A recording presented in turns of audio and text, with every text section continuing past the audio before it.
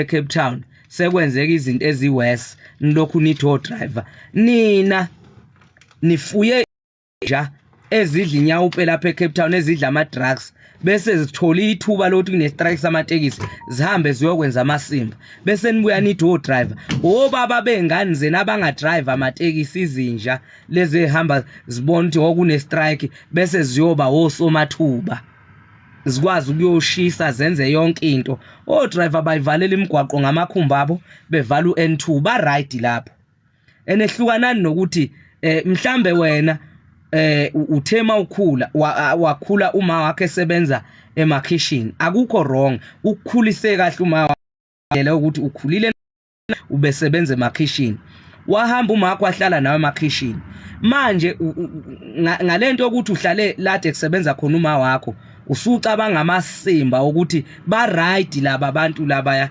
benza iapartheid befuna ukubulala ibhizinisi lomuntu omnyama umuntu omnyama usele netekisi lodwa ibhizinisi elikhulu ilona business asele nalo elikhona emhlabeni wena musu ukuthi uma wakho wasebenza kahle emakitchen ezama ukukhulisa wena kodwa wena ubabone ngathi ba right ngoba ukhule khona so lawo masimba aphawulele mina ngizokubloka ngizola nginiblockile angazi ngibloke ngaki izolo izinja ephawula umathanda wazola ukubone kuphawula nomuntu omdala khona ade ngibiza ngamasende ngathi kanti le njalena ezinye izinja akhuliswe kanjani musana ukusikhipha enhloniphweni esikhuliswe ngayo yekani ubunja niyekele apartheid elapha ya eCapetown nishintshe lezinja zeDA ephethe iDA eCapetown eCapetown kekudutshulwane ngathi akusema movini ngathi ama move masibuka sila eGoli thina sibuka izinto ezenzeka eCapetown kuyabhenywa kwenziwa yonke into kodwa bahluleka ukwenza umsebenzi wabo lezinja lezi oSmith nalaba ahleli nabo lapho bayizinja nibatshele futhi ukuthi ngoba ngeke ngikwazi nokuhlangana nalenje uSmith angeke izisilawule la iyogcina ukulawula eCapetown kodwa kube kuthiwa nami amandla khona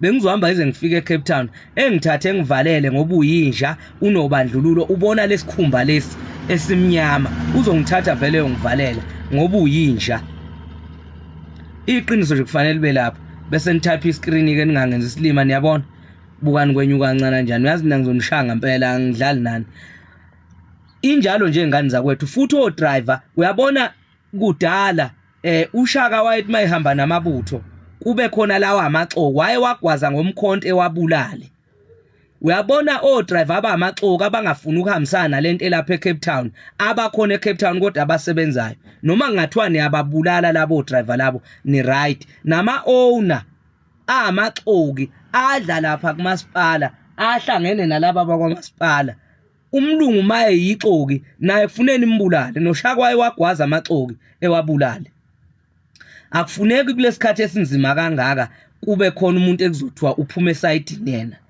akahambisani nalento enziwayo ubunja lobo nobuxoki bulalani nje yixoki lapho phakathi kweni eCapetown manibona ukuthi kune oneli yixoki bulala ninja manibona ukuthi kuno driver oyixoki bulala ninja noShaka waye wabulala amaxoki waye wagwaza amaxoki waye wagwaza amagwala awukwazi ukuthi uyindoda umvikeli unekwakho unomuzi wakho unomfazi wakho unezingane zakho unentombi yakho unayo yonke into onayo bese uba yigwala nini ukufa nikusabe ngathi nake nafa naphinda navuka neza ukuthi kubhlungu kanjani awukwazi ukuthi uyindoda ube yigwala uyinja uma uyindoda uyigwala indoda ayikaze yaba yigwala ithuna lendoda liseceleni kwendlela awukwazi ukungalwi ulwele ibhizinisi lakho mangathi abaniphuca namhlanje lemboni yamatekisi bafaka lawo mabhasi lezinja zalapha eCapetown ungadlani wena ingane ezoyangana ema-university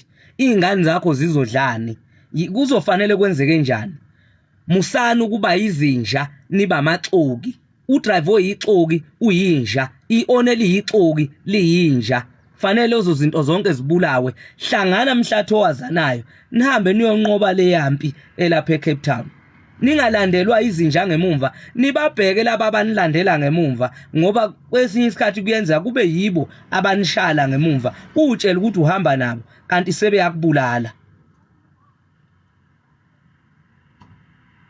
Ngiyabuka ama-commenteni ukuthi mangisavuka umoya ukuthi uyangenyanyisa umuntu. Uyabona mawukude nento, uyabona thina njoba siphakathi embonini yamatekisi.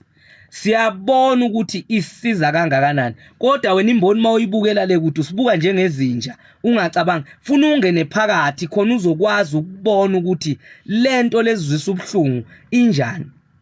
Abukho ubhlungu bokuthi ube nemoto yestallment bese beqede beyipoundela ipermit. Ene leyo permit leyo imoto kuyenzeka futhi iningi imoto uyithathe ngestallment ipermit iziphume isiqedile installment isika 5 years kuyila mhlambe leyo permit iphume noma isiqedile ingaphumi leyo permit leyo kuthiwa siwanyephi awabhoshwe kupha ama permit. Mana ngiblock lo phela ngidlala ngiblockana khona la masishane nje ublock nami ya sengiblockile nje. Anginankinga nje nokublockana, angeke ngize ngikuncenge nje ukuthi kufanele ngikhulume ngendlela ezokwenelisa wena, ngikhulume ngendlela ezozwa uwe. Nawe khuluma ozokwazi ukuthi mawukuthi uphikisana nami, enza ama video nawe uphikise ngendlela ophikisa ngayo. Musu ukuphikisa ama video, uyabona mawunengqondo.